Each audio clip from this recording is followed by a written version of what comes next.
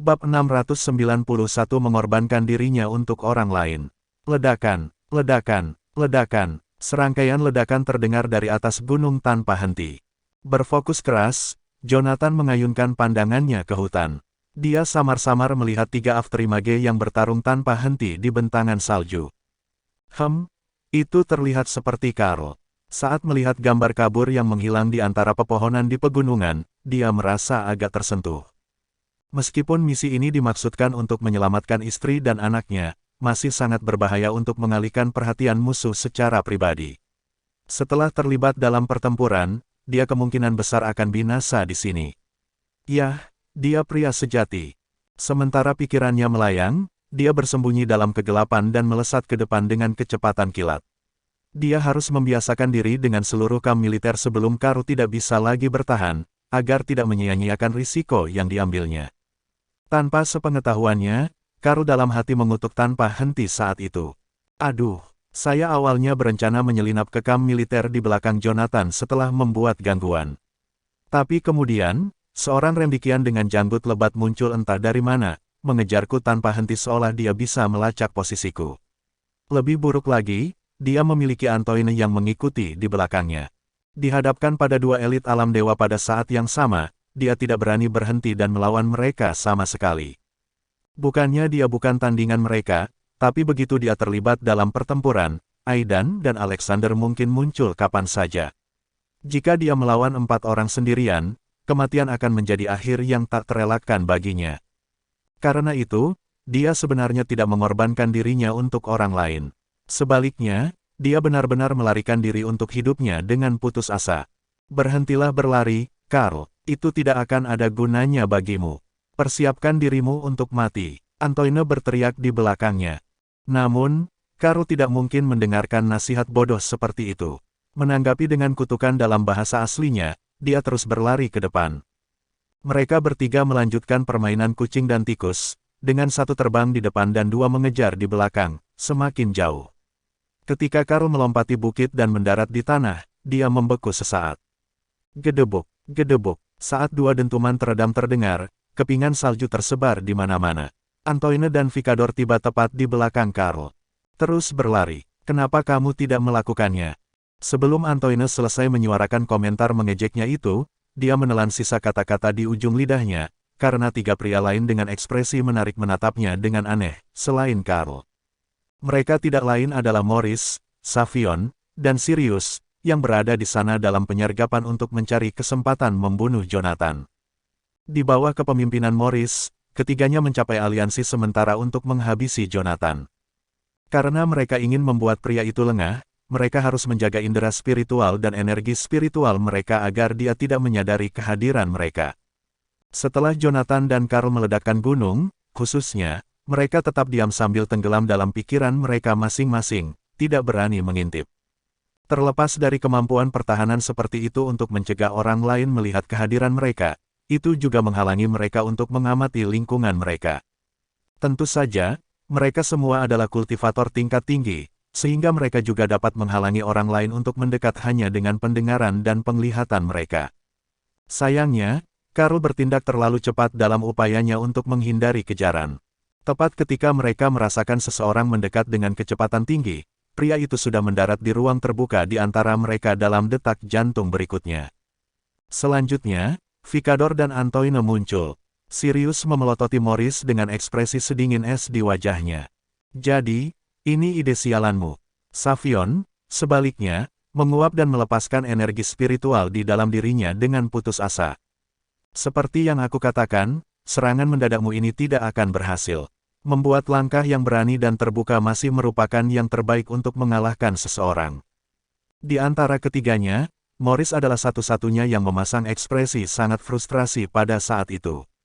Ini tidak benar, pasti ada yang salah di suatu tempat. Kalau tidak, bagaimana saya bisa ditemukan? Potong omong kosong, apakah Anda ingin dukungan dari tentara timur? Bantu aku di sini. Dengan raungan, Karl mengangkat pedangnya dan menyerang Vicador. Setelah itu, Sirius mengeluarkan tombak dan menusukkannya ke Antoine. Di belakangnya, Maurice juga bergegas maju dengan gada di tangannya, mengeluarkan teriakan yang mengental darah. Sebaliknya, Savion masih tidak gentar. Bahkan, dia dengan tidak tergesa-gesa mengeluarkan sebatang rokok dari sakunya. "Oh, keluarga Osborn sudah menjalin kerja sama dengan Jonathan. Dia ada di sana untuk memperjuangkan Carl, tetapi hasilnya tidak berarti banyak bagi keluarga Osborn. Karena itu, dia tidak terlalu peduli meskipun itu adalah perjalanan yang sia-sia." Pertempuran dengan cepat menyaksikan perubahan haluan. Dengan ekspresi sehitam guntur, Vicador dan Antoine berbalik dan mundur dengan tergesa-gesa. Astaga, Carl sama sekali tidak melarikan diri. Sebaliknya, dia merancang jebakan ini, menunggu kita melompat ke dalamnya. "Cepat, dapatkan bantuan." Pedang panjang di tangan Vicador bertabrakan dengan pedang Carl. Saat Vicador terbang mundur, dia berteriak pada Antoine sekuat tenaga. Selain kemampuan mereka, hal-hal pasti tidak akan berakhir dengan baik bagi mereka jika mereka berhadapan dengan 4 pembudidaya dengan peringkat yang sama secara bersamaan. Semuanya dari alam dewa, jadi angka akan menjadi faktor penentu karena mereka kurang lebih sama. Suara mendesing. Saat gada Morris mengiris udara, Vicador sekali lagi terpaksa mundur. Bang! Gada menghantam tanah, menghancurkan bebatuan secara instan dan memicu gelombang udara yang membuat tumpukan salju yang tak terhitung jumlahnya terbang ke udara. Membunuh mereka. Dengan teriakan dari Sirius, gambar hantu terwujud di ujung tombaknya, mengembun menjadi kraken yang dibentuk oleh energi spiritual murni. Kilatan cahaya berkedip sebelum dia mendorong tombak ke depan dengan paksa. Sesungguhnya, inti dari tombak keluarga Blackwood dilepaskan ke potensi tertingginya di tangannya. Detik berikutnya, darah menyembur ke udara. Bahu kiri Vicador menjadi daging dan darah yang berantakan. Meskipun ini adalah pertama kalinya ketiga kultivator alam ilahi bekerja bersama, mereka masih berhasil melakukannya dengan mulus, berkat bantuan indera spiritual. Akibatnya, serangan beruntun mereka melukai pria itu dengan parah. Saat itu, keributan tidak lagi terbatas pada Vicador dan Antoine yang sedang dalam pelarian. Jonathan, Aidan, dan yang lainnya di bawah gunung juga memperhatikan keributan itu. Saling bertukar pandang, Aidan dan Alexander lepas landas dan terbang menuju sisi gunung. Jonathan, yang tidak mengetahui situasi saat ini, juga mulai melepaskan kemampuannya tanpa menahan diri. Meskipun sama sekali tidak tahu tentang peristiwa yang terjadi di gunung, dia bisa berspekulasi secara kasar. Lokasi Stellario dan 2 pria lainnya sudah lama tumpang tindih dengan lokasi Kilian dan Layla, tetapi 3 pria yang tersisa belum tiba bahkan sampai sekarang. Dengan demikian, gelombang energi spiritual yang tidak dikenal ini mungkin adalah mereka. Memanfaatkan pertempuran sengit di gunung, dia berlari menuju kamp militer dengan kecepatan tinggi, hanya menyisakan bayangan di belakangnya. Dia mencari tanda-tanda Kilian dan Layla tanpa lelah. Tiba-tiba, dia berhenti, kakinya seperti terpaku ke tanah. Menengok ke belakang ke salah satu barak yang baru saja dia lewati, dia mulai ke arah itu. Berhenti di sana, di pintu masuk barak, beberapa tentara yang berjaga mengangkat senapan di tangan mereka dan mengarahkannya ke Jonathan. Sayangnya, yang mereka terima sebagai imbalan hanyalah beberapa kilatan logam. 4 tubuh tanpa kepala yang tidak sempat melepaskan tembakan perlahan jatuh ke tanah. Kemudian, Jonathan melemparkan pisau yang patah di tangannya ke dalam barak. Saat bilah yang patah berputar di sekitar ruang tertutup, jeritan kesakitan terdengar tanpa henti. Di tengah lolongan, Jonathan melangkah ke barak. Ada lebih dari selusin mayat berserakan di ruangan itu. Sabino dan yang lainnya semuanya ditahan di 7 kursi interogasi seolah-olah itu adalah spesimen yang akan diuji. Suaranya bergetar saat dia berdiri di depan Sabino. "Apakah itu kamu, Sabino?" Bab 692 bunuh mereka semua. Sejak awal, pasukan darah telah menjadi salah satu unit operasi khusus paling elit di seluruh Canaya. Bahkan di arena internasional, ia menikmati pujian yang luar biasa. Itu peringkat di antara unit militer terkuat di dunia, setara dengan tim Alpha Remdik, Korps Angkatan Laut Anglandur, dan pasukan Sif Iretil. 4 unit militer yang berbeda masing-masing terletak di Pan Anglandur, Zaewora, Epea Utara, dan Aplot Selatan. Mereka selalu legendaris, dikabarkan tak terkalahkan selama mereka menerima misi. Selama misi di Remdik kali ini, Blood Squad dan tim Alpha saling berhadapan. Di bawah pemanfaatan teknologi, pasukan darah menderita korban yang sangat besar. Dari 50 orang awal yang membentuk seluruh tim, satu-satunya yang selamat adalah 7 orang di barak itu. Kapten Regu, Sabino, telah menjalin hubungan yang sangat dekat dengan Jonathan, Carl, dan yang lainnya selama pertempuran beberapa tahun yang lalu. Beberapa kali, mereka mengalami situasi hidup dan mati bersama. Dulu ketika kantor Asura berdiri, Jonathan ingin mengangkatnya sebagai personel inti untuk membantu melatih rekrutan baru. Sayangnya, dia keberatan dengan alasan tidak cocok untuk pekerjaan berisiko rendah.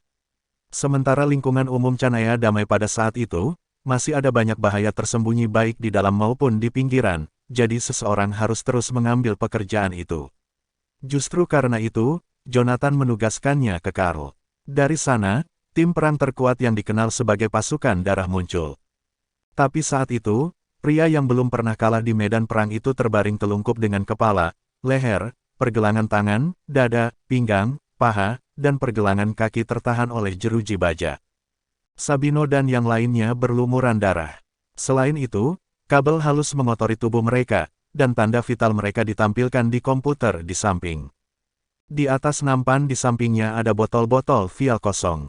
Hanya dengan sekali pandang, Jonathan bisa mengetahui apa yang dialami Sabino dan yang lainnya.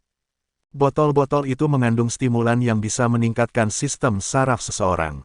Saat disuntik dengan obat semacam itu, sensasi seseorang terhadap rangsangan eksternal akan diperbesar beberapa kali lipat. Selain itu akan membuat orang tersebut sangat sadar untuk waktu yang singkat. Itu adalah obat dasar yang digunakan untuk memeras informasi dengan penyiksaan. Tak perlu dikatakan, peristiwa yang terjadi setelah obat semacam itu akan menjadi segala macam siksaan yang tidak manusiawi.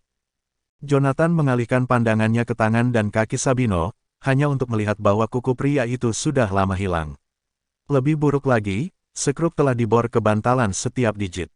Puluhan luka serupa menghiasi tubuh Sabino dan lainnya.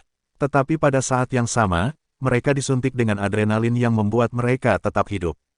Menjangkau, Jonathan menyentuh bagian belakang leher Sabino. Saat energi spiritualnya meledak, itu memutuskan saraf yang terakhir seperti pisau bedah yang tak terlihat. Dia tahu Sabino pasti akan mati begitu adrenalin berhenti memompa ke dalam dirinya, mengingat luka-lukanya. Sayangnya, satu-satunya hal yang bisa dia lakukan saat itu adalah meringankan sebagian dari penderitaan pria itu. Sabino, ini aku, Jonathan. Bangun. Dia mengulurkan tangan sekali lagi dan meletakkannya di atas kepala Sabino, menyalurkan energi spiritual ke kepala Sabino tanpa henti. Tuan Goldstein. Suara Sabino hanyalah bisikan belaka, tapi itu sudah menghabiskan sisa-sisa kekuatannya. Ini aku, sobat. Jonathan menatap pria itu dengan mata merah menyala, dengan paksa menekan amarah di dalam dirinya. Dia kemudian melengkungkan bibirnya dan menyeringai kaku pada Sabino. Kamu telah melakukannya dengan cukup baik dalam beberapa tahun terakhir. Bagaimana kamu tertangkap? Pada saat itu, wajah Sabino berantakan berlumuran darah, hanya satu matanya yang terbuka. Ketika dia mendengar kata-kata pria itu, sudut bibirnya berkedut. Dia ingin memaksakan senyum, tapi itu di luar jangkauannya. Goldstein, Kilian bersama Stellario dan dua kultivator Gatrilem lainnya telah membawa Kilian pergi, ya.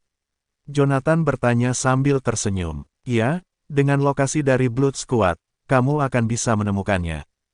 Sabino kemudian memusatkan pandangannya pada pria itu dengan susah payah. Goldstein, serahkan liontin giokku, pada Lin, aku berjanji untuk menikahinya. Menyusul ucapan itu, Jonathan tidak bisa lagi menahan air matanya. Mereka mulai mengalir di wajahnya seperti keran. Dulu ketika dia hampir mati di Summerbang, di mana Hades membawa Jason dan yang lainnya ke desa pegunungan kecil untuk merawatnya, Sabino adalah salah satu dari mereka yang menjaganya. Saat itulah Sabino dan Lin saling berkenalan sebelum mengembangkan perasaan bersama. Setelah Jonathan sadar kembali, Hades memberitahunya tentang hal itu, dan mereka semua menggoda Sabino.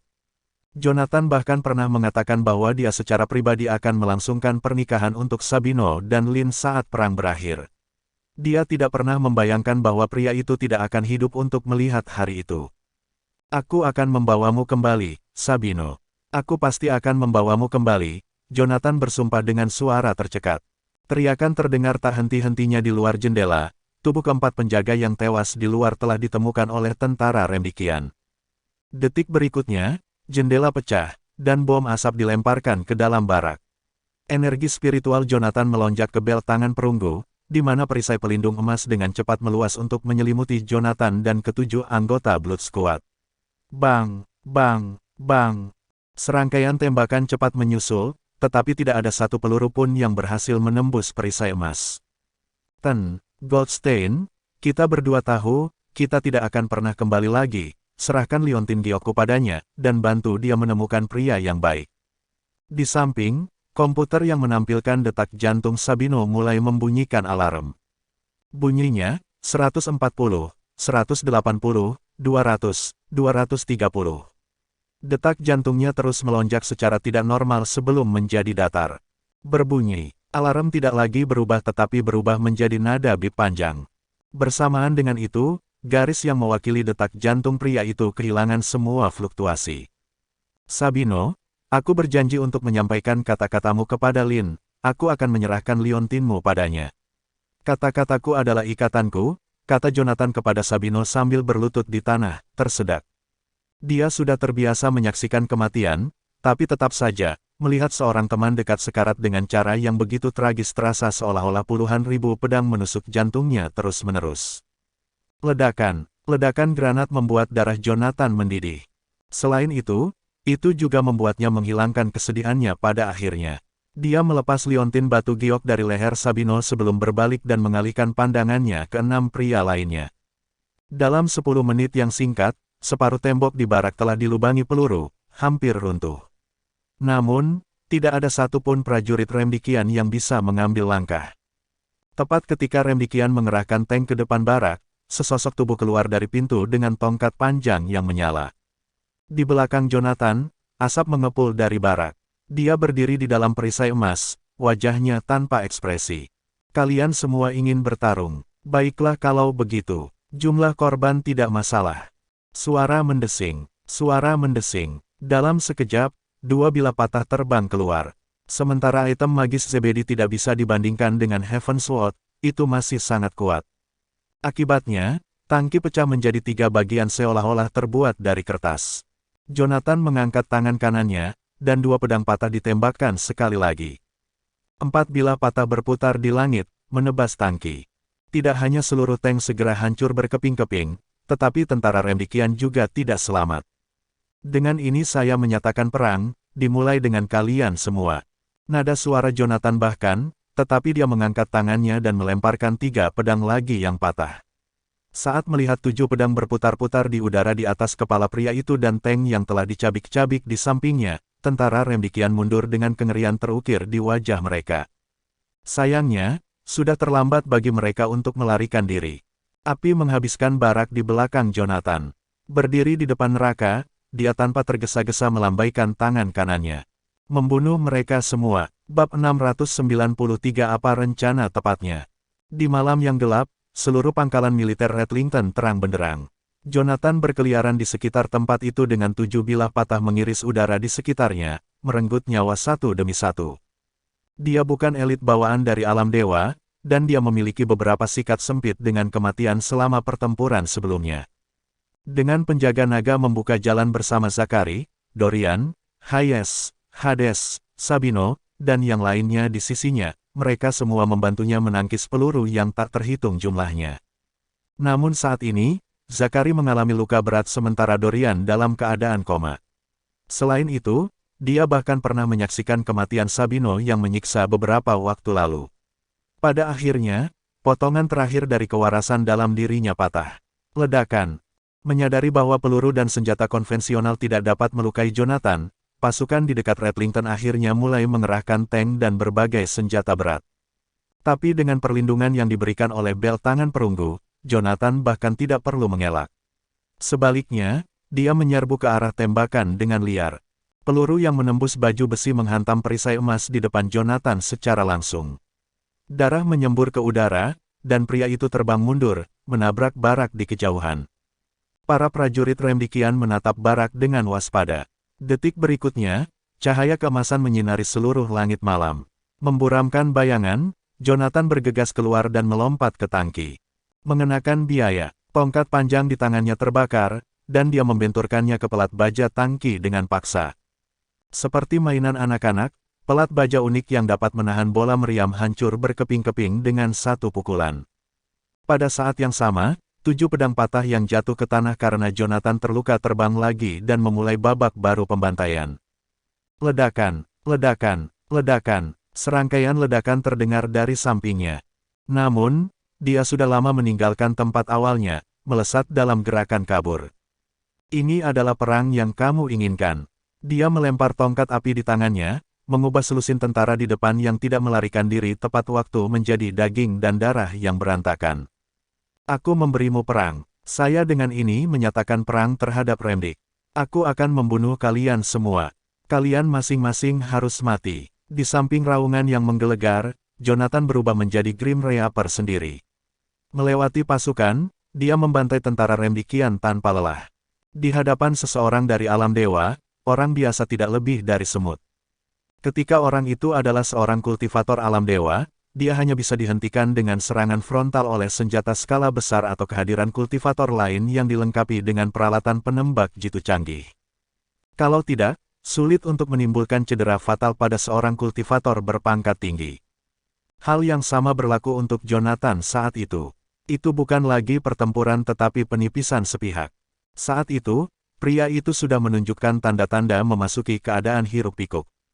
Pangkalan militer Redlington juga telah berubah menjadi neraka di bumi. Di gunung di samping, Karl dan yang lainnya juga mendambakan darah. Adapun Remdik, Aidan dan yang lainnya melancarkan serangan gila-gilaan terhadap Karl dan yang lainnya, dipimpin oleh Vikador. Sebenarnya, selain Karl di pihak Canaya, Morris, Savion, dan Sirius pada awalnya tidak berencana bergabung dalam pertempuran antara kedua negara. Sayangnya, tidak ada yang percaya bahwa mereka tidak memiliki niat jahat ketika mereka melakukan penyergapan di dekat pangkalan militer. Pada Aidan dan serangan membabi buta lainnya, mereka tidak memiliki kesempatan untuk menjelaskan, bahkan jika mereka ingin melakukannya. Selain itu, siapapun akan sombong setelah mencapai kultivasi setinggi mereka. Menjadi bagian dari masyarakat, mereka secara alami menginginkan rasa hormat dan martabat. Jadi, sebuah serangan membuat mereka menghina untuk membuat penjelasan apapun. Sebaliknya, mereka merespons dengan melakukan hal yang sama. Dalam sekejap mata, kedelapan pria itu terlibat dalam pertempuran. Menyikat satu sama lain, mereka bahkan sering menyerang orang di samping mereka, sangat menikmati diri mereka sendiri. Tanpa peringatan, serangkaian ledakan terdengar dari kamp militer di bawah gunung. Aidan mengalihkan pandangannya, hanya untuk melihat bahwa seluruh kamp militer sudah diselimuti asap tebal. Di bawah gunung, Jonathan, yang haus darah, tidak bisa lagi diganggu untuk menyembunyikan energi spiritualnya.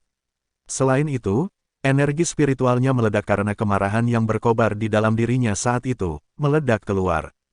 Bahkan seseorang yang jaraknya 2 atau 3 kilometer dapat merasakannya, apalagi mereka yang berada di gunung. Aura ini, itu Jonathan Goldstein, seru Aidan. Mendengar itu, ekspresi Antoine dan Alexander yang sempat bertarung dengan Jonathan pun berubah drastis. Ketiganya sangat menyadari tingkat kultivasi pria itu. Lagi pula, mereka hampir musnah karena teknik rahasianya di River Onsi. Oleh karena itu, prajurit biasa di kamp militer tidak diragukan lagi berada dalam bahaya besar. Tahan mereka, Vikador meraung. Pasukan di Redlington adalah pasukan pribadinya.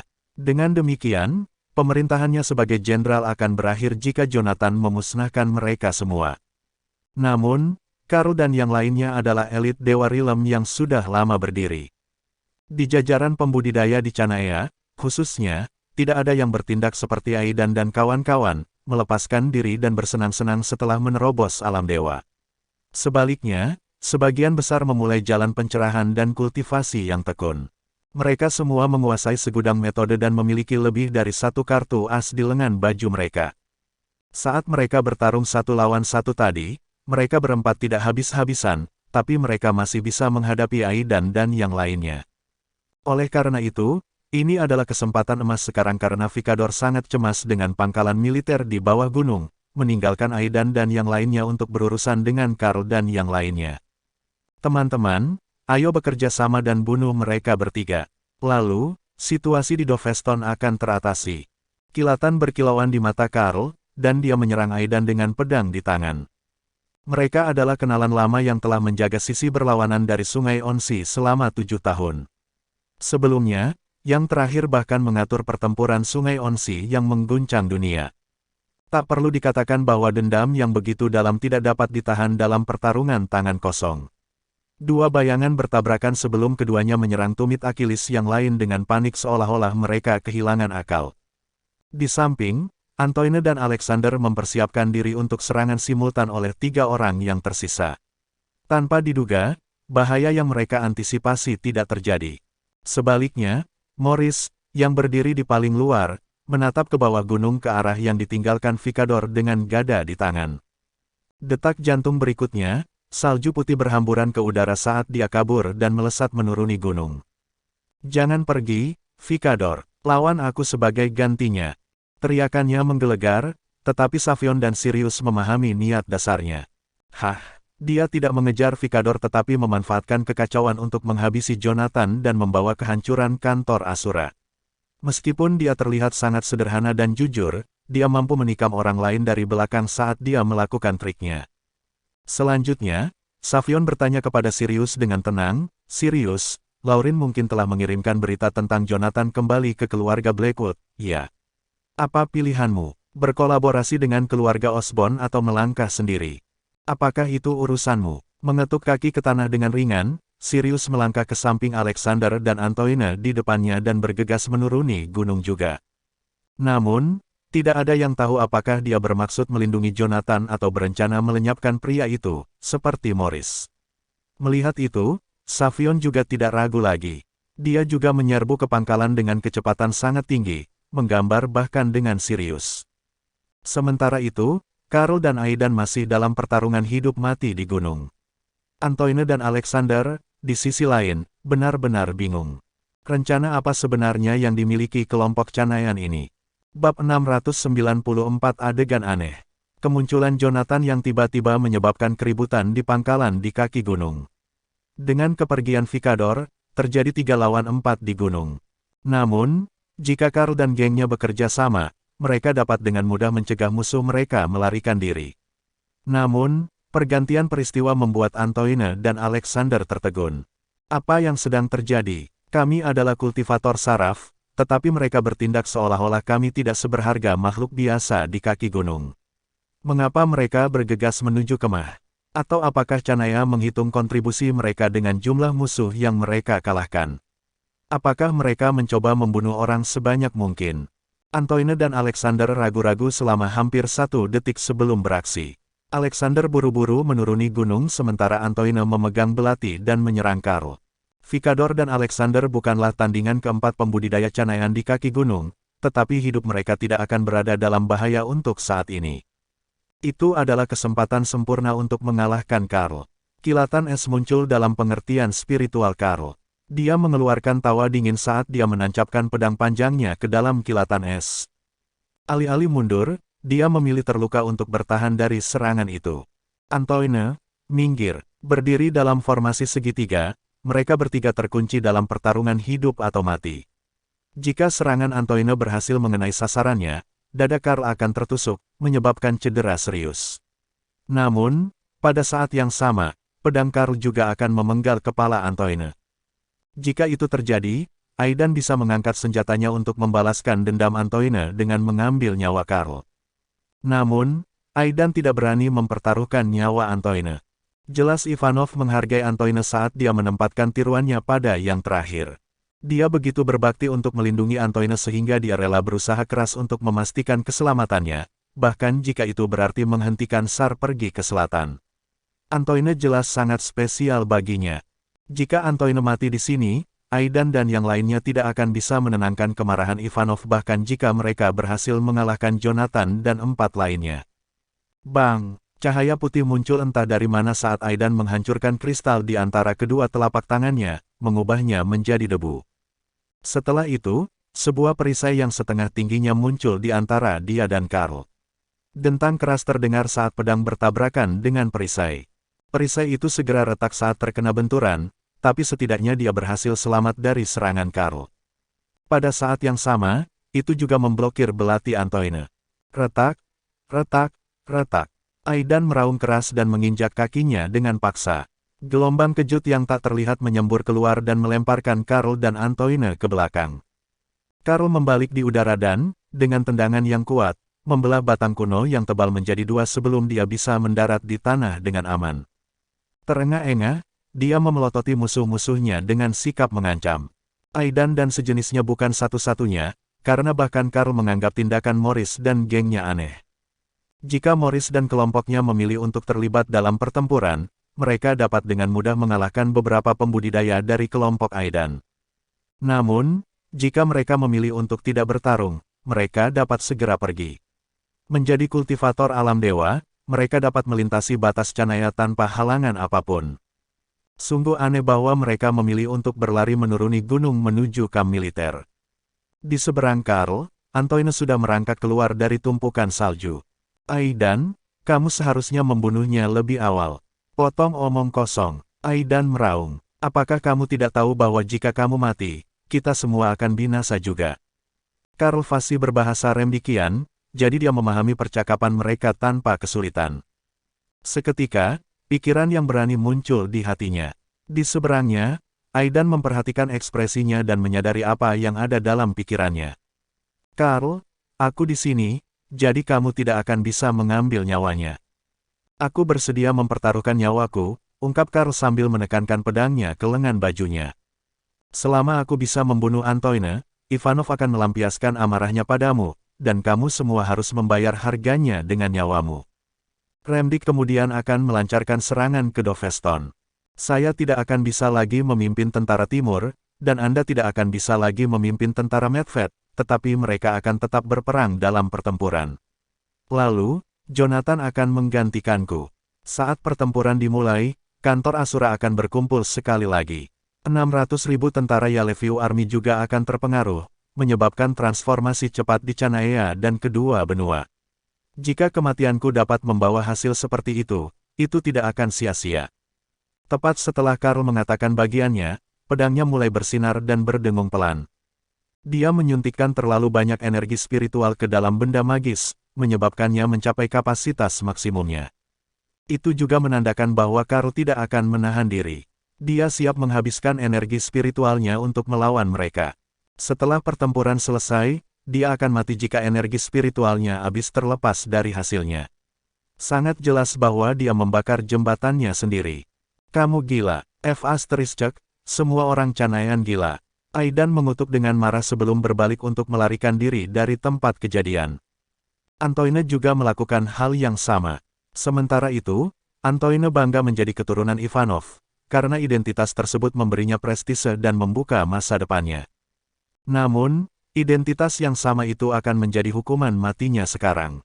Jika seorang kultivator yang sangat terampil telah memilih untuk memberikan segalanya, mereka dapat menggunakan berbagai strategi. Sebelumnya, ada serangan dan pertahanan dengan masing-masing pihak bertekad untuk mengalahkan yang lain sambil memastikan keselamatan mereka sendiri. Sekarang, Karl berusaha sekuat tenaga. Dia siap mempertaruhkan nyawanya untuk melenyapkan musuhnya. Singkatnya, tidak satu pun dari mereka yang cocok dengannya. Karena itu, Aidan berusaha meminimalkan risiko kematian Antoine. Untuk melakukan itu, dia harus pergi ke base camp di kaki gunung. Musuh mereka sekarang memiliki satu lagi kultivator dengan peringkat yang sama dibandingkan dengan mereka. Namun, keuntungan itu akan berkurang jika lebih banyak pembudidaya bergabung dalam pertarungan. Seorang kultivator kemungkinan besar akan kalah jika dia menghadapi dua kultivator sekaligus.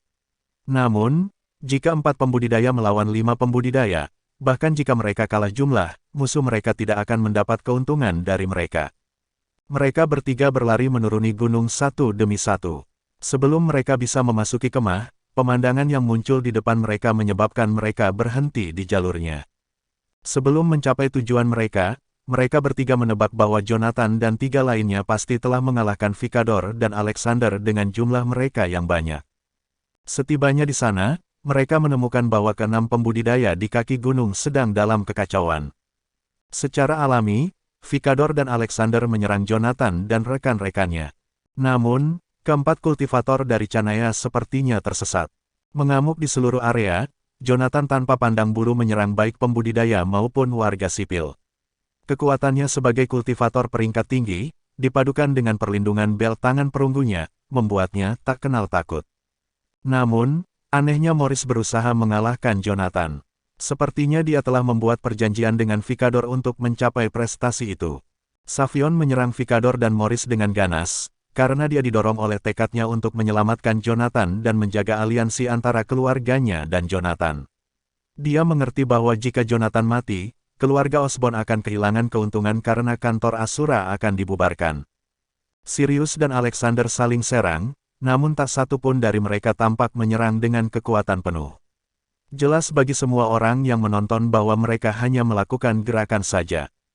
Mereka yang berada di kaki gunung mundur karena terkejut ketika Aidan dan dua orang lainnya menyerbu ke medan pertempuran. Menyebar ke segala arah, mereka dengan curiga mengawasi satu sama lain. Semua orang ingin meluruskan situasi kacau untuk muncul sebagai pemenang. Itu adalah pemandangan yang aneh untuk dilihat, karena 9 pembudidaya dari alam ilahi berdiri dalam posisi tak terucapkan, mengamati satu sama lain dalam diam. Bab 695 3 orang melindungi satu orang. Jeritan kesakitan tidak pernah berhenti terdengar di pangkalan militer Redlington.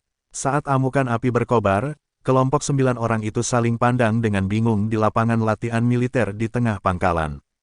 Sialan, persetan denganmu, Morris. Beraninya kamu menyerang Tuan Goldstein daripada remdikian. Kabut putih naik dari setiap bagian tubuh Karl. Keringatnya yang menguap dari kulitnya, yang disebabkan oleh aliran darah yang cepat di dalam tubuhnya setelah melepaskan teknik rahasia. Morris memutar gada di tangannya sambil menyeringai. Saya bukan tentara. Secara alami, saya tidak memiliki pemikiran tradisional Anda untuk mengutamakan negara. Keluarga saya agak terlambat untuk perombakan keluarga terhormat kali ini. Karena kami tidak bisa mendapatkan tentara timur, maka kami tidak punya pilihan selain mendapatkan bagian setelah kantor Asura terpecah. Selain itu, jauh di lubuk hati, semua orang tidak bodoh. Meskipun kami setuju untuk bekerja sama, itu semua hanya omong kosong. Tentara timur Anda telah memisahkan diri dari kantor Asura, namun Anda masih berada di pihak Jonathan. Apa yang kalian coba lakukan adalah menghancurkan keluarga terhormat sementara Wilbur bertujuan untuk menyatukan semua kekuatan. Bahkan jika keluarga terhormat tidak dihancurkan, dia tidak akan pernah membiarkan mereka menegaskan dominasinya. Sekarang bukan waktunya, karena semua orang masih menggunakan satu sama lain. Namun, sudah ada pertempuran di antara kita. Saat Morris mengatakan itu, sosoknya berkedip dan muncul kembali di belakang Jonathan, mengapit yang terakhir di antara dia dan Vicador.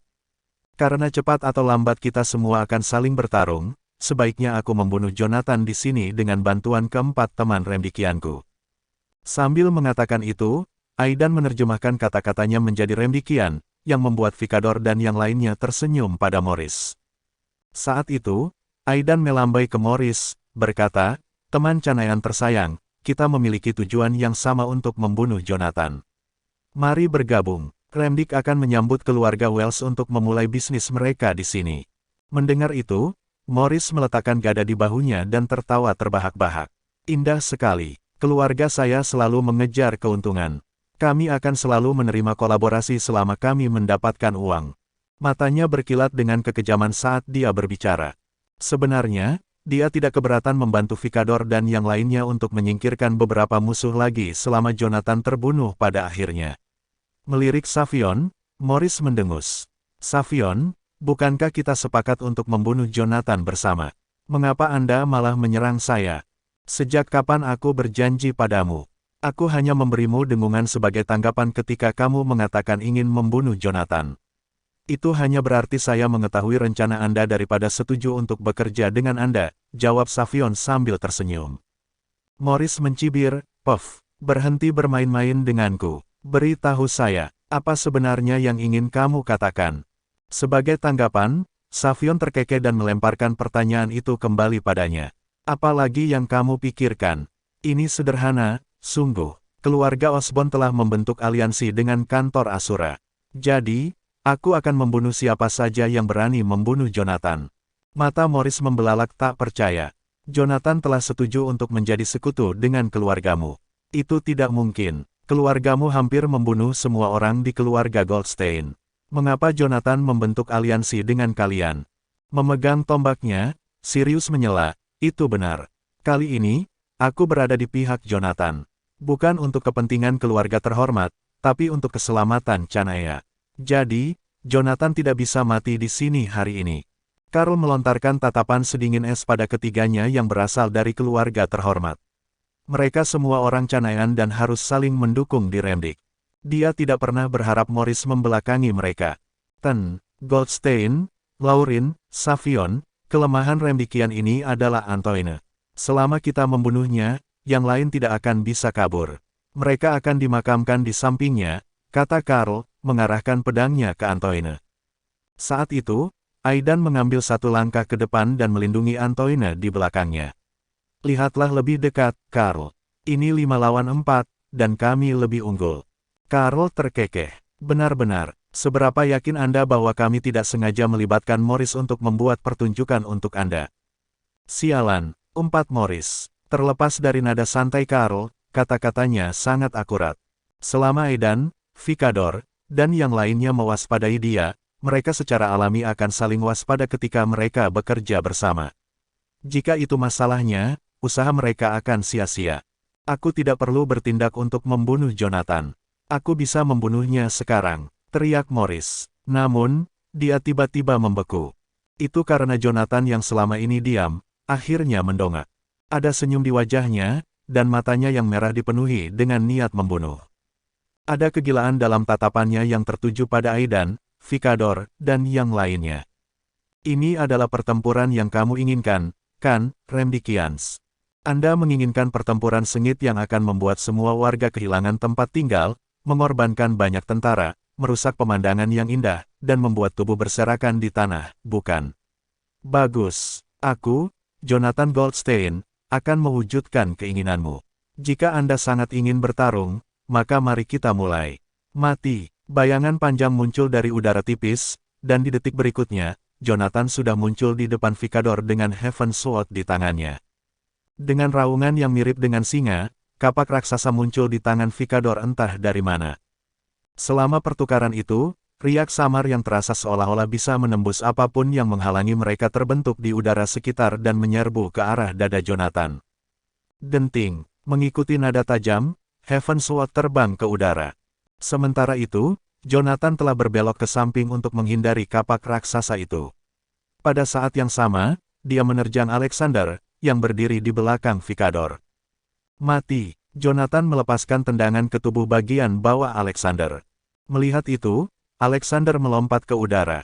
Yang mengejutkan, Jonathan menghilang dan kobaran api menghujani dari langit. Itu adalah tongkat yang menyala. Dentang, suara jam berdentang. Jonathan meludahkan seteguk darah ke penghalang cahaya keemasan, tetapi tongkat di tangannya juga menghantam bahu Alexander dengan keras.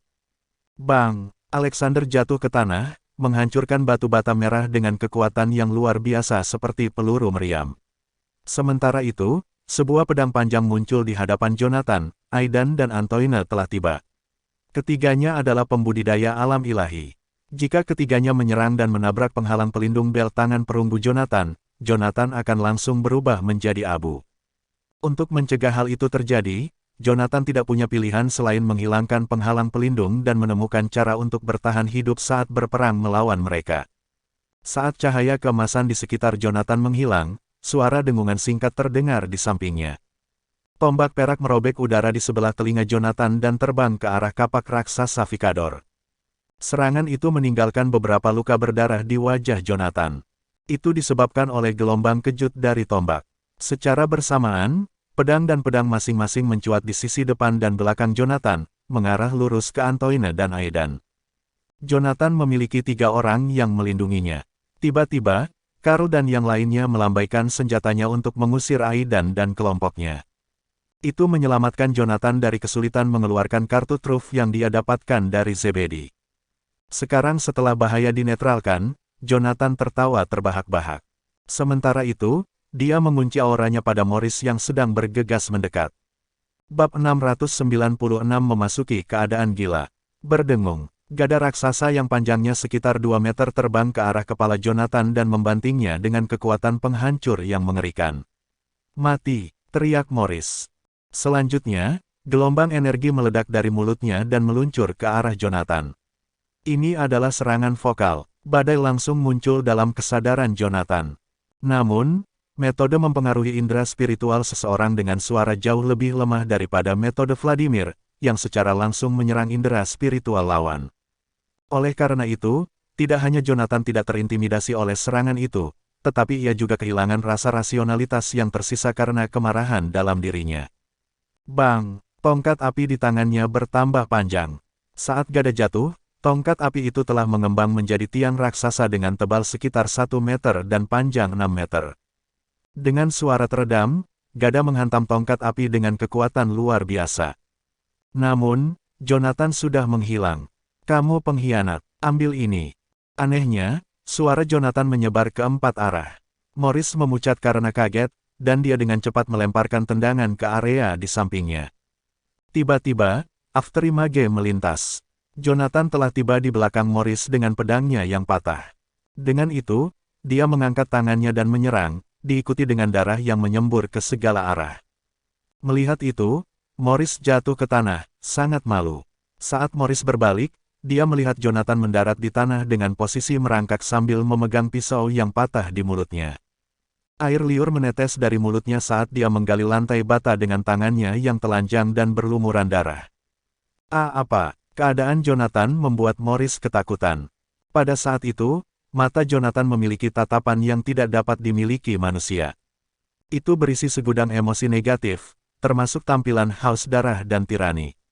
Siapapun akan bergidik ketakutan hanya dengan melihatnya sekali. Apakah kamu memasuki keadaan hiruk-pikuk? Morris secara naluriah menyentuh bagian belakang lehernya, dan tangannya langsung berlumuran darah.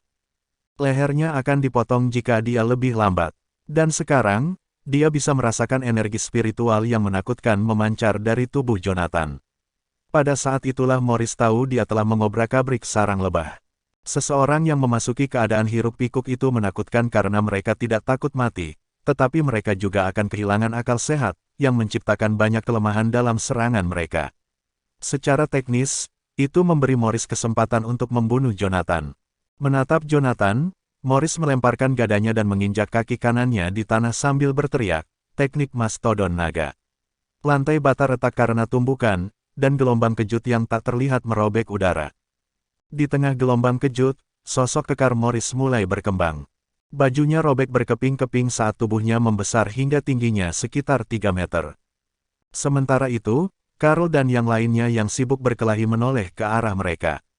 Yang bisa mereka lihat dalam gelombang kejut itu hanyalah Morris, yang telah berubah menjadi raksasa batu besar. Ototnya menonjol, dan kulitnya dipenuhi retakan, yang memiliki pola aneh. Itu adalah kartu truf keluarga Wells. Mereka mengecat tubuh mereka dengan darah binatang spiritual, dilengkapi dengan teknik rahasia, untuk membentuk rune dari teknik tersebut. Rupanya, seseorang akan menjadi tak terkalahkan dengan mengolah teknik itu ke tingkat tertinggi. Meski begitu, tidak ada yang tahu seberapa benar rumor itu.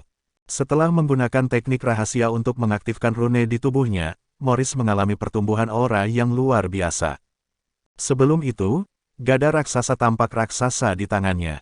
Sekarang dia telah berubah menjadi raksasa, ukuran gada itu tampak pas. Hati-hati, Tuan Goldstein, Karl berteriak pada Jonathan. Karl awalnya ingin memperingatkan Jonathan untuk mewaspadai teknik rahasia Jonathan.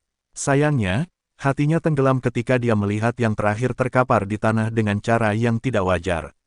Ini buruk. Wajah Karl jatuh begitu dia melihat keadaan Jonathan. Savion, Sirius, berlari. Ketika Karl selesai mengatakan itu, dia mendorong Aidan ke belakang dengan mengayunkan pedangnya dan pergi tanpa sedikit pun keraguan. Seolah bukan dia yang ingin melawan Aidan sampai mati tadi. Namun, reaksi Karl membingungkan Aidan dan yang lainnya terutama Savion dan Sirius. Meskipun mereka bertarung 3 lawan 3, mereka memanfaatkan setiap kesempatan untuk menyerang Antoine berdasarkan instruksi Karl sebelumnya. Berkat kegelisahan Aidan dan Vicador, pihak lain telah menang. Berhenti dan meninggalkan pertarungan pada saat itu akan membuang-buang kesempatan. Meskipun demikian, keduanya masih meninggalkan medan perang bersama Karl setelah ragu-ragu sejenak. Itu adalah kolaborasi pertama mereka, tetapi mereka tahu Karl bukanlah seorang pengecut. Jika dia menyuruh mereka melarikan diri, itu berarti sesuatu yang menakutkan akan terjadi. Kami tidak akan membuat kesalahan jika kami melarikan diri bersamanya. Karl, Jonathan masih di sana. Apa yang akan terjadi padanya jika kita pergi? Savion berteriak pada Karl. Mendengar itu, tanpa sadar Karl melirik Jonathan sebelum mengalihkan pandangannya ke Savion dan Sirius dengan tatapan penuh ketakutan. Kamu pikir aku lari dari siapa? Tuan Goldstein telah memasuki keadaan hiruk-pikuk. Kita akan mati di sana jika kita tidak melarikan diri. Jelas Karl, sambil meningkatkan langkahnya. Hanya dalam beberapa saat, mereka sudah berdiri di atas bukit yang jaraknya ratusan meter.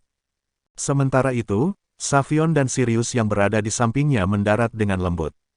Dengan pistol di tangannya, Sirius bertanya, Karl, Jonathan baru saja memasuki keadaan hiruk-pikuk, kan?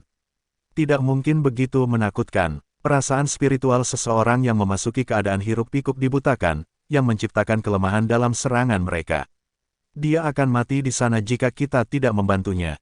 Tidak bisakah itu menakutkan? Ulang Karl, terengah-engah sambil melirik duo itu. Beberapa tahun yang lalu, sebelum kantor Asura didirikan, kami, 8 Raja Perang, berasal dari daerah yang berbeda. Masing-masing dari kami selamat dengan berjuang untuk keluar.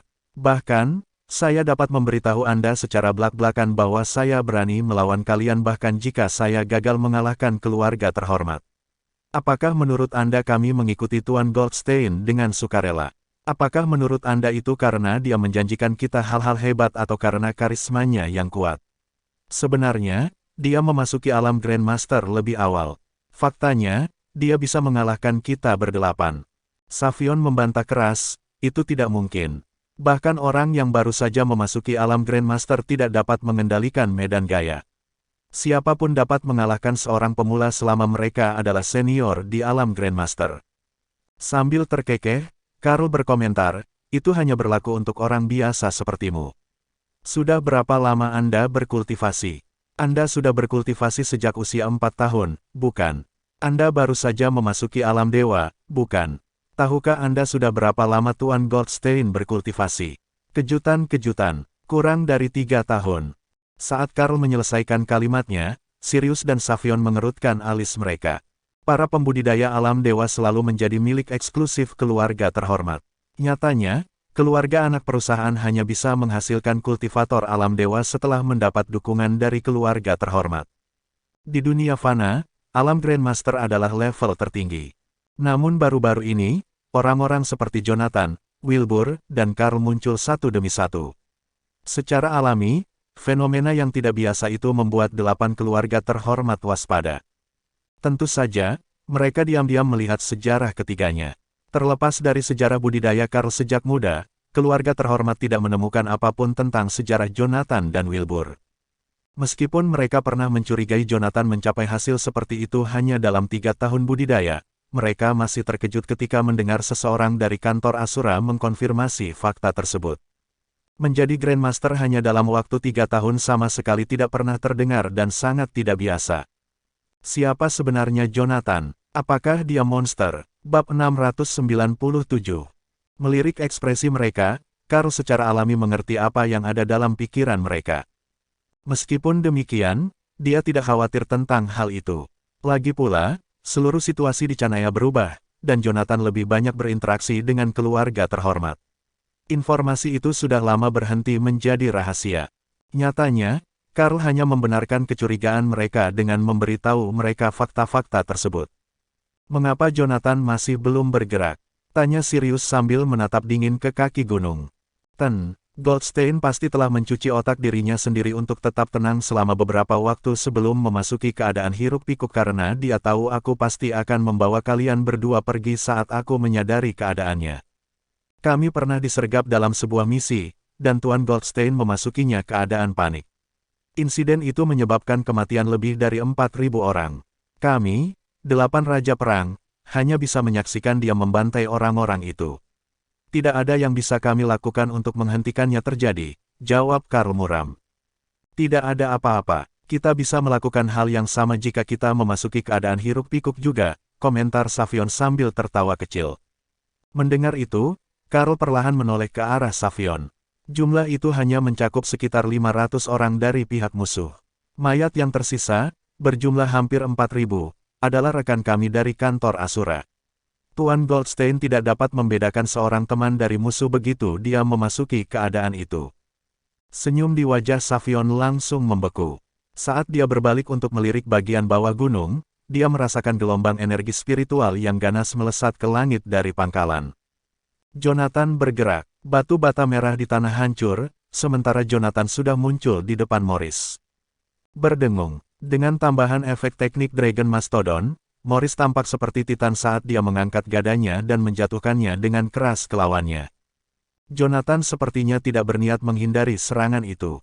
Sebaliknya, dia bergegas menuju Morris dengan bilah yang patah di antara giginya. Percikan terbang saat bilah yang patah bertabrakan dengan kulit Morris, menciptakan suara benturan logam. Teknik Dragon Mastodon memungkinkan penggunanya untuk berubah menjadi benda ajaib yang bisa berjalan. Itu adalah teknik yang luar biasa. Meski begitu, Jonathan menempel erat di pinggang Morris seperti gurita dan melemparkan yang terakhir, yang tingginya sekitar 3 meter, ke udara.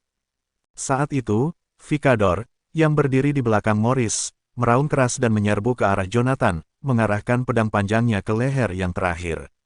Mendengar raungan provokasi Vicador, Jonathan membuka mulutnya dan berteriak dengan nada yang sangat tinggi, seperti teriakan elang. Segera, riak yang terlihat dengan mata telanjang terlihat menyebar darinya. Retakan, retakan, retakan, serangkaian suara renyah bergema saat rune energi spiritual terus muncul dan pecah dengan sendirinya di tangan Jonathan. Ternyata Jonathan telah menghentikan pedang panjang Vicador di udara dengan tangannya yang berdarah. Bagaimana mungkin? Di atas bukit agak jauh, mata Savion melotot kaget saat dia menyaksikan pemandangan itu terungkap. Perisai energi spiritual adalah teknik yang dapat digunakan oleh siapapun di alam Grandmaster dan di atasnya. Namun, kekuatan pertahanannya sangat terbatas. Lagi pula, itu hanya teknik yang memampatkan energi spiritual pengguna di depan mereka. Bahkan orang biasa dengan senjata yang sedikit lebih kuat bisa menghancurkan perisai energi spiritual, belum lagi pembudidaya. Setelah seorang kultivator mencapai alam dewa, gerakan apapun yang mereka keluarkan akan sangat kuat. Jika tidak, mereka tidak akan pernah memperlakukan pembudidaya Realm Grandmaster sebagai serangga belaka. Fakta bahwa teknik Mastodon Naga Morris dapat memblokir benda magis sudah merupakan pengalaman yang membuka mata bagi semua orang di tempat kejadian. Namun, tindakan Jonathan pada saat itu melebihi harapan semua orang. Mencengkeram pisau dengan kedua tangan, Jonathan meraung marah saat dia melemparkannya ke belakang dengan paksa. Pedang panjang terlepas dari tangan Vicador, menyebabkan dia terhuyung ke depan. Pada saat yang sama, Jonathan membuka mulutnya dan hendak menggigit leher Vicador ketika Vicador menyadarinya dan melemparkan telapak tangannya ke dada Jonathan. Serangan itu membuat tubuh Jonathan jatuh ke belakang saat giginya menyerempet leher Vicador. Bang! Setelah itu, Jonathan mengangkat lututnya dan membantingnya ke perut Vicador, membuatnya terbang mundur dan menyemburkan darah ke udara. Jonathan berjongkok di tanah, bibirnya membentuk seringai jahat. Saat kilatan cahaya terpantul dari tepi pedang, rune merah menyinari tubuh Jonathan, mencegah belati Antoine melukainya. Jonathan menoleh dan tersenyum pada Antoine sebelum melaju ke depan dan muncul sebelum yang terakhir dalam sekejap mata. Antoine meletakkan belati di depannya untuk memblokir Jonathan, tetapi yang terakhir tidak mempedulikannya. Yang membuat Antoine ngeri. Jonathan mengulurkan tangan dan meraih belati dengan tangan kosong. Mati. Jonathan meraih ujung belati dengan tangan kirinya dan mengayunkan tangan kanannya ke wajah Antoine. Serangan itu terjadi begitu cepat hingga benang-benang hitam yang tampak seperti rambut muncul di udara. Jika bukan karena cahaya merah rune di tubuh Jonathan, para penonton tidak akan bisa melihatnya. Itu tanda prinsip. Aidan bergegas ke punggung Antoine, menjambak rambut Antoine, dan menariknya ke belakang. Dihadapkan dengan tali hitam, Aidan tidak bisa terlalu peduli. Saat Antoine jatuh telentang, dia merasakan perasaan dingin melewati hidungnya, dan darah menyembur keluar dari dadanya. Bang! Setelah menabrak barak di belakangnya, Antoine menatap dadanya dengan mata membelalak. Di dadanya ada 3 celah yang mengeluarkan darah. Sementara itu, Jonathan bergerak cepat ke arah Morris dan menghantamkan kakinya ke dada Morris. Morris langsung terbang mundur. Saat dia hendak menabrak menara penjaga di belakangnya, Jonathan muncul di atasnya. Gemuruh. Kawah yang lebarnya lebih dari 10 meter terbentuk di tanah. Serangan Jonathan telah mengirim Morris langsung ke bumi. Berdiri beberapa meter jauhnya, Aidan dan yang lainnya menyaksikan Jonathan memasuki kawah, diikuti oleh serangkaian suara teredam. Bam, bam, bam, jeritan kesakitan memenuhi udara saat tanah berguncang. Aku akan membunuhnya. Antoine berusaha untuk maju dengan belatinya tetapi dihentikan oleh Vicador. Kita harus pergi. Jonathan telah mengembangkan prinsip dan hampir memasuki alam ilahi. Kita akan mati jika terus bertarung. Tetapi, tidak ada tapi. Berhenti sebentar, Vicador berbalik dan melirik Karl dan yang lainnya di kejauhan. Kita mungkin tidak bisa melarikan diri jika kita terus bertarung. Kita harus segera pergi. Dengan itu, dia berputar dan melarikan diri. Berdiri di samping Antoine, Aidan membantu Alexander yang terluka dan berkata, "Tuan Antoine, Jonathan bukanlah seseorang yang bisa kita kalahkan." Saat Antoine melihat Aidan dan yang lainnya pergi, dia hanya bisa mengertakkan gigi untuk menahan amarahnya. Mereka gagal mengalahkan Jonathan ketika mereka memiliki 4 orang di tim mereka. Sekarang Antoine sendirian, semakin mustahil baginya untuk mengalahkan yang pertama. Yang terpenting, dia tidak bisa menghentikan luka di dadanya yang berdarah bahkan dengan energi spiritual. Bab 698.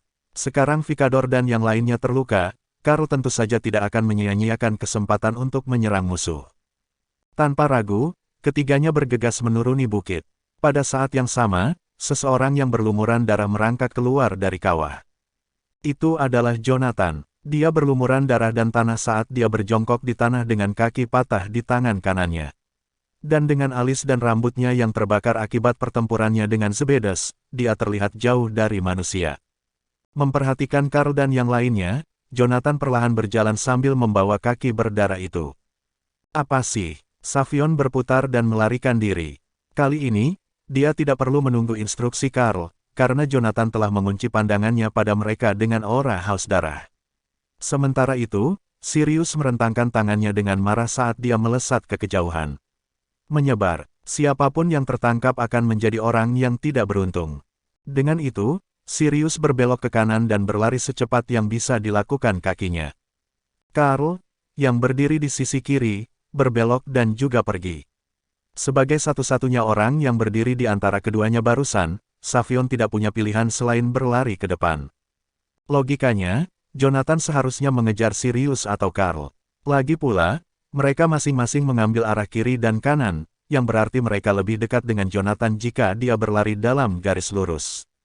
Sayangnya, Jonathan tampaknya telah mengunci Savion. Begitu ketiganya mulai berlari, Jonathan melesat melewati bukit untuk mengejar Savion dengan kaki patah di tangannya. Berlari dengan panik, Savion mengumpat, "Cek. Sialan, Karl, apakah Anda yakin pria ini telah kehilangan rasionalitasnya? Kenapa aku merasa dia membalas dendam padaku? Omong kosong, Anda hanya kurang beruntung jika dia mengejar Anda. Lagi pula, salahmu kalau keluargamu menculik istri Tuan Goldstein." Meskipun Karl mengatakan itu, dia tetap bergegas kembali dan berada di samping Jonathan. Karl memutuskan untuk mengesampingkan masalah keluarga terhormat untuk sementara waktu. Lagi pula, dia dan Savion memiliki tujuan yang sama di Remdik. Dia tidak bisa hanya menonton yang terakhir terbunuh. Selain Karl, Sirius juga bergegas. Persis seperti itu, 3 pria terlihat mengejar satu orang, dengan Jonathan di tengah. "Ah!" Jonathan tiba-tiba berteriak dan melemparkan kaki yang patah itu ke arah Karl. Dan, tanpa peringatan, dia mengubah arah dan menyerbu ke arah Sirius. "Ambil ini," teriak Sirius, menembakkan tombaknya yang berubah menjadi kilatan cahaya kecil yang menyelimuti ruang di depannya. Meski Jonathan dihadapkan dengan serangan yang padat, dia tetap menyeringai lebar dan menangkap ujung tombaknya dengan mudah.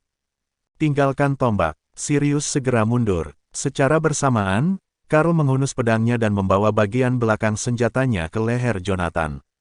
Dentang, tombak dan pedang itu bertabrakan, membuat Karl jatuh ke belakang.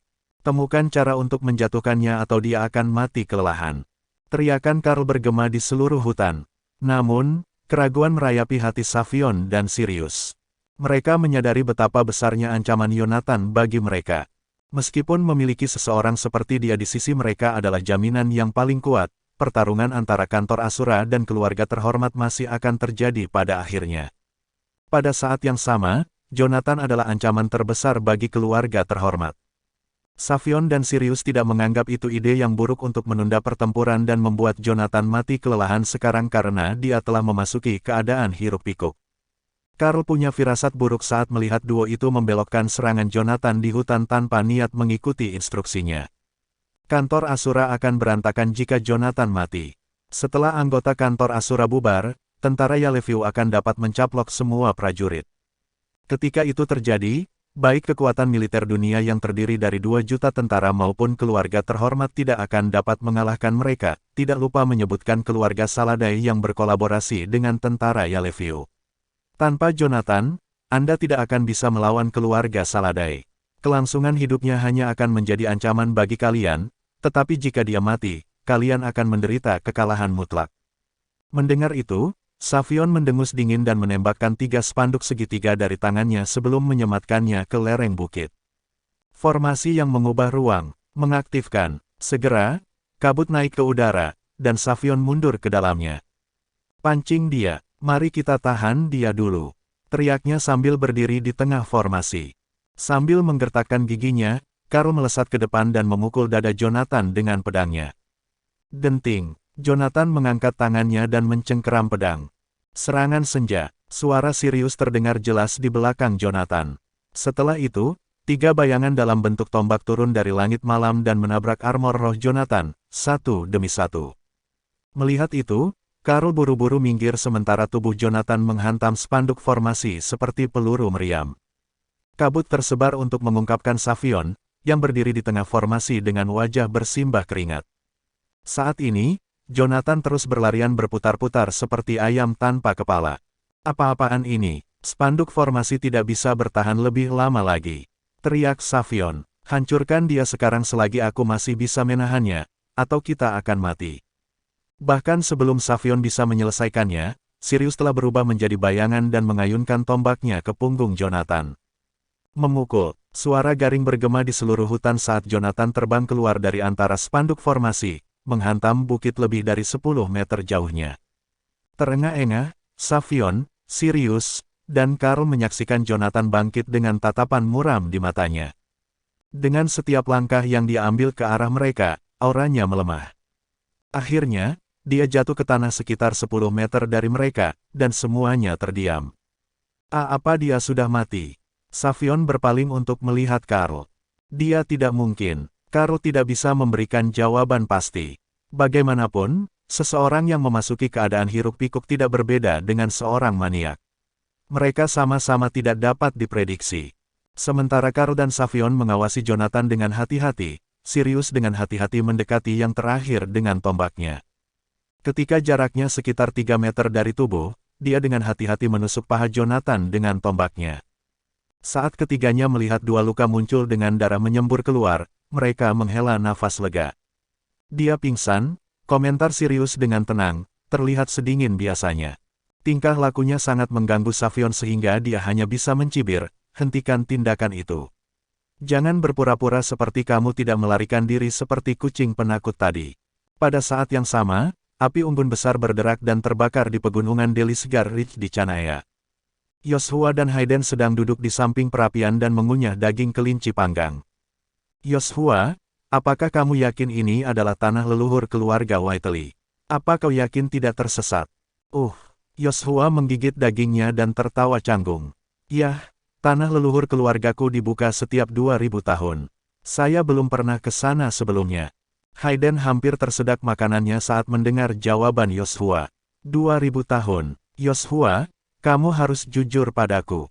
Keluargaku mengambil risiko musnah untuk menyelamatkanmu supaya kami bisa bekerja sama denganmu. Sekarang setelah Anda mengatakan ini, saya merasa bahwa Anda sama sekali tidak dapat diandalkan. Santai, saya belum pernah ke sana sebelumnya, tetapi saya berjanji kepada Anda bahwa kami sudah dekat. Saya bisa merasakannya. Saat Yoshua mengatakan itu, pandangannya tertuju pada cincinnya. Seharusnya ini waktunya. Bab 699. Kembali ke Sendale, Karl dan 2 lainnya bergiliran menggendong Jonathan setelah dia pingsan.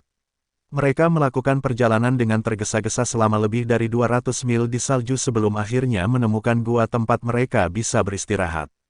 Gua yang mereka temukan adalah gua beruang, tetapi setelah melintasi perbatasan Remdik, anehnya Jonathan dan yang lainnya mendambakan daging beruang.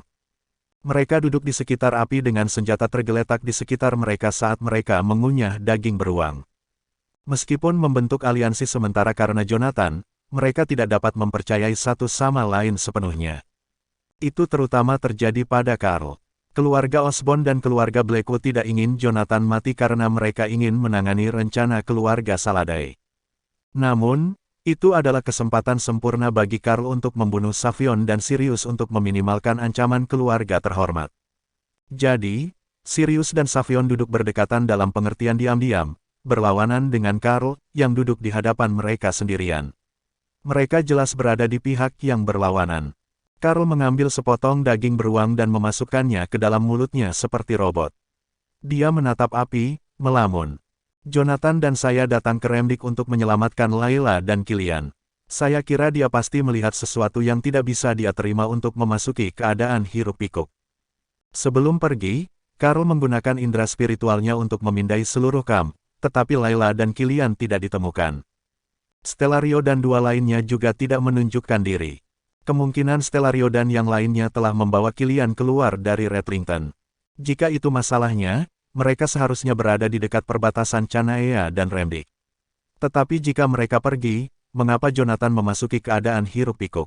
Ketika kami bersatu kembali sebelumnya, Jonathan belum sepenuhnya memasuki keadaan hiruk-pikuk, tetapi tatapannya sudah liar dan buas. Bukankah dia mengancam untuk berperang jika para Remdikian menginginkannya? Carl telah bekerja di bawah Jonathan selama lebih dari 2 tahun, jadi dia mengenal karakter Jonathan dengan baik. Jonathan selalu menentang perang. Jika tidak, lebih dari 1 juta pasukan di bawah kantor Asura akan menghancurkan Yaleviu hingga rata dengan tanah. Jonathan juga membatasi penggunaan senjata strategis berskala besar. Karena itu, Carl tidak percaya bahwa Jonathan menyatakan untuk berperang melawan Remdikian. Apa sebenarnya yang dia lihat di kamp? Melihat Carl tersingkir, Savion memanggil namanya, Carl. Carl tersentak kembali ke kenyataan dan melirik Savion, yang melemparkan sebotol bumbu untuknya. Dia mengendusnya dan menyadari itu adalah sebotol bumbu barbecue. Kau sudah mempersiapkannya dengan baik, ya. Aku terkejut kamu membawa sebotol bumbu bersamamu. Savion terkekeh. Seseorang harus memiliki hobi, dan hobi saya adalah memasak. Jika Anda tidak takut saya akan meracuni Anda, saya bisa mengeluarkan peralatan masak saya untuk menyiapkan 8 piring untuk Anda segera. Kata-katanya berhasil meredakan ketegangan di udara. Bahkan Sirius, yang memiliki kepribadian pendiam, berpaling untuk melihat Savion. Aku mengidam daging babi. Kurasa keluarga Blackwood bukan dari Doveston, kan? Savion bertanya dengan riang. Beralih ke Carl, dia menambahkan, Carl, apakah Kilian berumur 7 tahun? Tatapan Carl melembut saat menyebut putranya, meskipun dia tidak tahu mengapa Savion menanyakan pertanyaan itu. Dia 7,5, sebentar lagi hampir 8. Savion melemparkan tulang telanjang ke dalam api dan menyekat tangannya dengan sembarangan. Sambil menghela nafas berat, dia berkata, waktu telah berlalu. Lihat, anakmu sudah berumur 7 tahun. Mengapa kami tidak meluangkan waktu untuk menculik istri dan anak Anda lebih awal? Kita seharusnya mengambil tindakan lebih cepat. Jika kami punya, kami tidak perlu melakukan perjalanan ke sini dalam cuaca buruk ini. Nada suara Savion tenang, dan Sirius serta Carl sama sekali tidak tampak terkejut. Faktanya, Savion bukan satu-satunya yang memiliki pemikiran seperti itu, karena 8 keluarga terhormat berbagi perasaannya. Mereka menyesal tidak mengambil tindakan terhadap Jonathan, Carl, dan Wilbur lebih cepat. Sekarang, mereka bertiga cukup mampu untuk menguasai 95% kekuatan militer di Chanaea. Keluarga terhormat hanya bisa bernegosiasi dengan mereka dan tidak berani bertindak gegabah. Carl bersandar ke dinding di pintu masuk gua dan terkekeh. Saya dulunya adalah seorang kultivator di alam Grandmaster. Anda mungkin memperhatikan saya, tetapi 8 keluarga terhormat tidak pernah memperhatikan saya. Anda bahkan tidak menganggap serius kantor Asura saat pertama kali didirikan, bukan? Anda tidak tahu bahwa orang yang dapat Anda bunuh dengan mudah saat itu telah tumbuh dan meningkat sebanyak ini. Jika kemungkinan itu terjadi pada Anda akan membunuh saya daripada menculik istri dan anak saya, bukan? Ya, jawab Sirius singkat. Karl melirik Sirius sebelum tatapannya mendarat di wajah Savion. Dia bertanya, keluarga Osborn menculik Josephine. Bagaimana dengan langkah Anda selanjutnya? Bagaimana Anda akan menyelesaikan semuanya? Bagaimana apanya? Savion menatap Karl dengan bingung. Kamu menggunakan kantor Asura untuk melawan tentara Yellowview keluarga Saladai. Apapun nasib Canaya, Anda harus menemui Tuan Goldstein. Sudahkah Anda memutuskan bagaimana Anda akan menghadapinya? Mendengar itu, Sirius berhenti memoles senjatanya dan mengangkat telinganya untuk mendengar jawaban Savion. Tidak mengherankan, Savion menjawab, dia adalah ancaman besar, jadi kami kemungkinan besar akan mengambil nyawanya. Bukan hanya dia, kamu dan Wilbur akan dibuang oleh keluarga terhormat begitu kamu kehilangan nilaimu. Satu-satunya individu yang dapat kita manipulasi adalah senjata kita yang sebenarnya. Tidak ada yang ingin diancam, bukan? Karl tetap diam, sementara Sirius memasang wajah serius. Beberapa bulan yang lalu, kantor Asura tidak tahu seberapa kuat keluarga terhormat itu. Tepatnya, mereka tidak tahu apa-apa tentang keluarga terhormat. Setelah keluarga Osborn mengambil tindakan terhadap keluarga Goldstein, tabir kerahasiaan di Canaya diangkat. Di bawah pengamatan yang cermat, orang akan menyadari bahwa seluruh Canaya berada di bawah kendali 8 keluarga terhormat. Keluarga yang dihormati menguasai semua aspek masyarakat dan dasar-dasar kehidupan sepanjang zaman. Dengan kata lain, tidak ada yang lolos dari kendali mereka. Saat Jonathan, Wilbur, dan Karl naik ke tampuk kekuasaan, 8 keluarga terhormat terpaksa mengungkapkan kekuasaan mereka dalam semalam.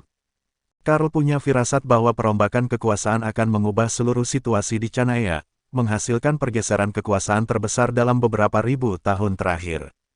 Tidak pernah dalam mimpi terliar mereka tahu bahwa mereka dapat berbicara secara terbuka dan mengungkapkan rahasia mereka di negara asing suatu hari nanti. Begitulah situasinya, jadi tidak ada gunanya menyembunyikan rahasia lagi. Karl memandang Savion dan Sirius, ekspresinya serius. Aku akan menawarkan saran sebagai imbalan atas bantuanmu. Jonathan bersedia bekerja sama jika Anda meminta dengan sopan, tetapi tidak jika Anda memaksanya. Dia berutang budi padamu karena telah menyelamatkannya, jadi jika kamu mundur sekarang, dia akan menyelamatkan kedua keluargamu. Kalau tidak, tidak ada yang bisa selamat dari game ini. Bab 700. Haha. Setelah mendengar kata-kata Karl, Savion tidak dapat menahan diri untuk tidak menggelengkan kepalanya dan tertawa terbahak-bahak.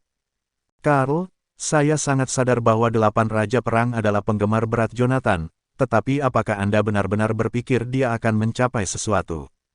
Sampai sekarang, dia hanyalah pion dari keluarga Osborn.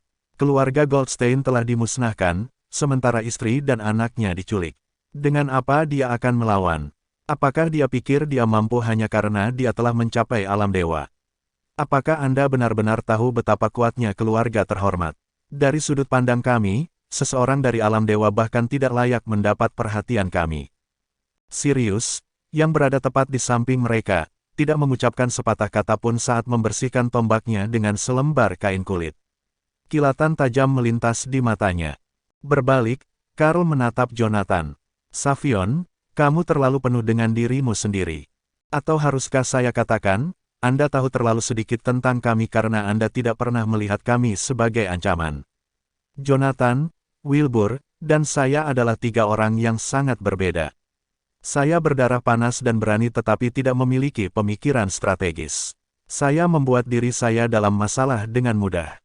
Wilbur ambisius namun tahu bagaimana mengikuti arus. Sendirian di dunia, dia tidak takut apapun. Adapun Jonathan, dia bertujuan untuk membawa perdamaian bagi bangsa dan memiliki hati yang besar. Sudah biasa bagi orang seperti dia untuk memiliki banyak kekurangan yang bisa membawanya ke jalan kehancuran. Di seluruh negeri, tidak banyak pemain yang mampu duduk berhadapan dengan 8 keluarga terhormat di papan catur kehidupan ini. Sementara aku tidak lebih dari pion yang relatif penting, Jonathan dan Wilbur jelas memenuhi syarat untuk melakukannya. Keluarga terhormat mungkin memiliki sejarah panjang, tetapi masih terlalu dini untuk mengatakan apakah Anda akan muncul sebagai pemenang melawan mereka. Jadi, saran saya kepada Anda adalah jangan berlebihan dalam apapun yang Anda lakukan. Jelas? Alasan saya memberitahu Anda ini adalah untuk membalas kebaikan yang telah Anda tunjukkan kepada saya sebelumnya. Untuk apa yang terjadi selanjutnya, keputusan ada di tanganmu. Begitu dia selesai, Karl bersandar di dinding gunung. Savion dan Sirius terdiam. Tidak sampai kegelapan turun, erangan terdengar dari dalam gua. Mereka bertiga membuka mata mereka dan mengencangkan cengkeraman mereka pada senjata mereka. Melompat berdiri, Karl berlari ke dalam untuk memeriksa Jonathan. Goldstein, apakah kamu baik-baik saja? Kak Karl, Jonathan mengucapkan dengan linglung dan dengan cepat mengingat semua yang telah terjadi. Jonathan, aku terkejut melihatmu masih hidup, kata Savion sambil terkekeh sambil mendekat. Melihat Savion membuat senyum di bibir Jonathan. Aku ingat kau menyelamatkanku. Apakah Anda memiliki pil pengumpul energi? Beri aku 2. Di sini, Sirius melemparkan botol kecil ke Karl. Saat dia membukanya, aroma energi spiritual murni dilepaskan ke udara. Di dalamnya ada pil hitam seukuran ibu jari seseorang. Saat Jonathan memasukkannya ke dalam mulutnya, pil itu langsung meleleh dan berubah menjadi cairan dingin yang mengalir ke tenggorokannya. Dalam sekejap mata, Jonathan merasakan meridiannya dihidupkan kembali oleh energi spiritual. Bahkan medan energinya yang terkuras tiba-tiba terasa terisi kembali. Apa kamu punya lagi? Jonathan bertanya pada Sirius. Meskipun energi spiritual yang terkandung dalam pil itu murni, jumlahnya masih banyak yang diinginkan. Satu pil, paling banyak, hanya bisa mengisi 20% energi spiritual Jonathan. Saat itulah Sirius menatap Jonathan dengan kaget. Yang lainnya, 4 sebenarnya, jawab Jonathan saat dia menatap Sirius ragu-ragu. Faktanya, 5 akan menjadi yang terbaik. Mustahil, Sirius langsung menolaknya. Jonathan, apakah menurutmu ini berondong jagung? Mengkonsumsi 6 sekaligus akan membunuhmu. Sirius menyingkirkan pil pengumpul energi yang awalnya ingin dia berikan kepada Jonathan. Di matanya, yang terakhir hanya serakah. Pada saat yang sama, pandangan merendahkan turun ke wajah Savion. Pil pengumpul energi sangat sulit dibuat. Di Canaya, hanya 8 keluarga terhormat yang mampu memproduksinya. Tingkah laku Jonathan setara dengan orang udik yang mengunjungi kota untuk pertama kalinya. Meski melihat harta karun, dia gagal menghargai betapa berharganya harta itu. Hanya Karl yang mengerutkan alisnya setelah melihat pemandangan di hadapannya, karena dia tahu seberapa dalam cadangan energi spiritual Jonathan. Ketika Jonathan berada di fase pemula alam Grandmaster, dia memiliki cadangan energi 2 kali lipat dari 8 Raja Perang. Terlebih lagi, dia tahu bahwa Jonathan tidak akan pernah menimbun sesuatu karena keserakahan. Apakah ini berarti energi spiritual Tuan Goldstein sekarang 5-6 kali lipat dari orang biasa? Memikirkan kembali prestasi Jonathan malam sebelumnya, Karl tidak bisa menahan rasa dingin di punggungnya. Akan sangat menakutkan jika itu benar. Menghadapi respon enggan Sirius, Jonathan tidak punya pilihan selain menarik tangannya. Saat itulah dia mengingat sesuatu. Membalikkan tangannya, dia mengambil perangkat pertempuran yang bisa dikenakan di lengan seseorang dari cincin penyimpanannya. Saya memilih naik dari ruang interogasi di dalam pangkalan militer Redlington. Perangkat ini mampu melacak lokasi Kilian. Kata-kata Jonathan mengejutkan Karl. Dengan senyum canggung, Karl mengambil alat perang dari tangan Jonathan. Ini, dia menelan ludah sambil menatap Jonathan. Ini adalah perangkat pertarungan Sabino. Dia mati. Jonathan mengambil liontin giok yang berlumuran darah.